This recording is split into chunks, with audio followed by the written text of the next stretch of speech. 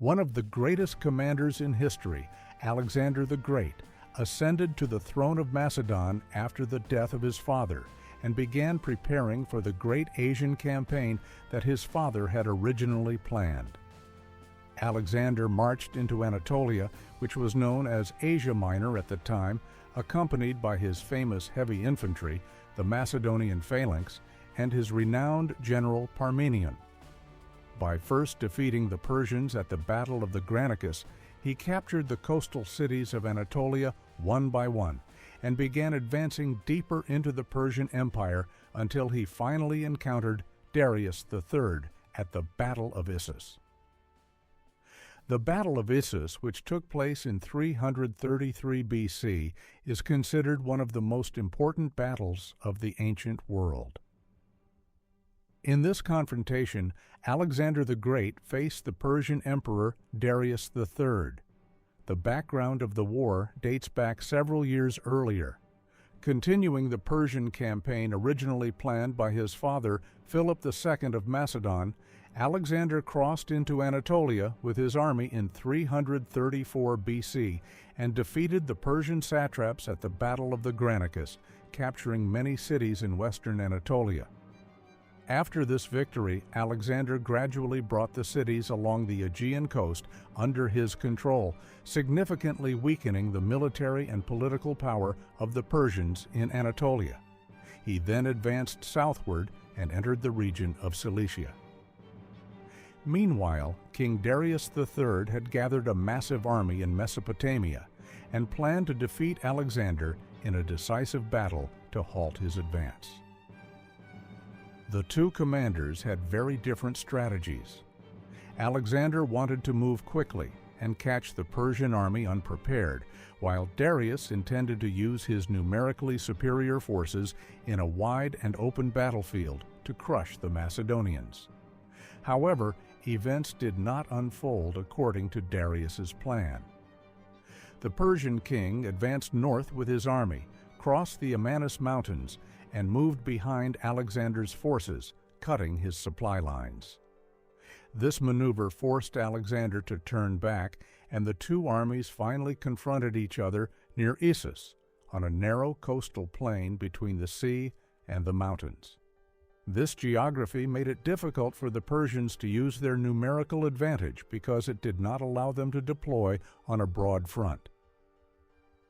The Pinarus River ran through the middle of the battlefield, and the Persian army established its defensive line on the northern side of the river. In the center of the Persian formation were heavily armed Greek mercenaries, as the Persians trusted the discipline of Greek hoplites in battle. On the flanks stood Persian infantry and cavalry. King Darius III himself commanded the army from the center, standing in his royal chariot.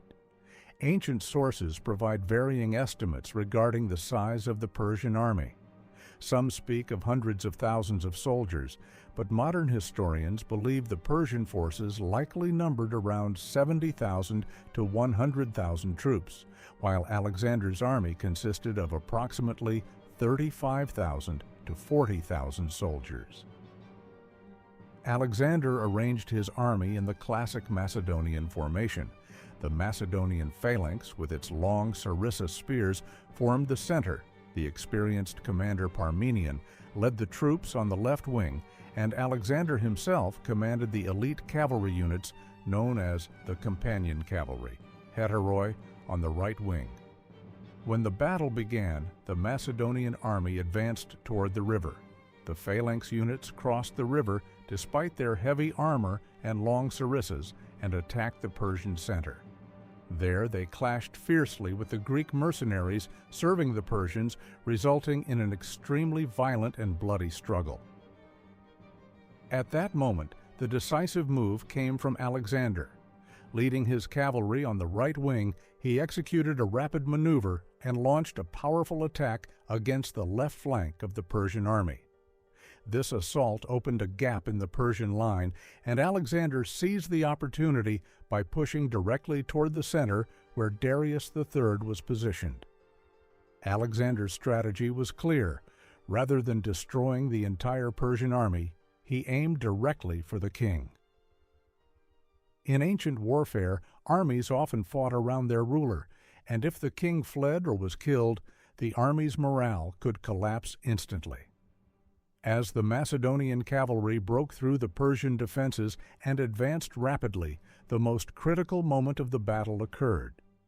Alexander's forces came dangerously close to Darius III, and the Persian king's guard units came under intense pressure. Meanwhile, on another part of the battlefield, the Macedonian left wing was struggling under attacks from Persian cavalry.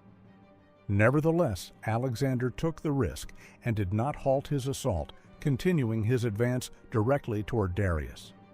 Realizing the danger, Darius III abandoned his chariot and fled the battlefield. When the Persian soldiers saw their king retreating, panic spread quickly throughout the army, and large parts of the Persian forces began to flee in disorder. The battle soon turned into a devastating rout for the Persians, and the Macedonians pursued the retreating troops for a long time, inflicting heavy casualties. According to ancient sources, the battlefield was covered with Persian bodies, and even the Pinarus River was said to have turned red with blood. After the battle, the Macedonians captured the Persian royal camp. Among the captives were Darius III's mother, wife, and children, along with other members of the Persian royal family. However, Alexander treated them with respect and according to their royal status, which greatly increased his prestige both among the Persians and within his own army. This victory was not only a military success, but also had major political consequences. The defeat at Issus severely damaged the image of invincibility surrounding the Persian Empire. After this victory, Alexander advanced along the coasts of Syria and Phoenicia, captured important port cities, and later moved into Egypt, where he was welcomed as a great conqueror. A few years later, he would defeat the Persian army once again at the Battle of Gaugamela, decisively determining the fate of the Persian Empire. For this reason, the Battle of Issus is considered not merely a battle, but a historical turning point that opened the path for Alexander's conquests in Asia and reshaped the political balance of the ancient world.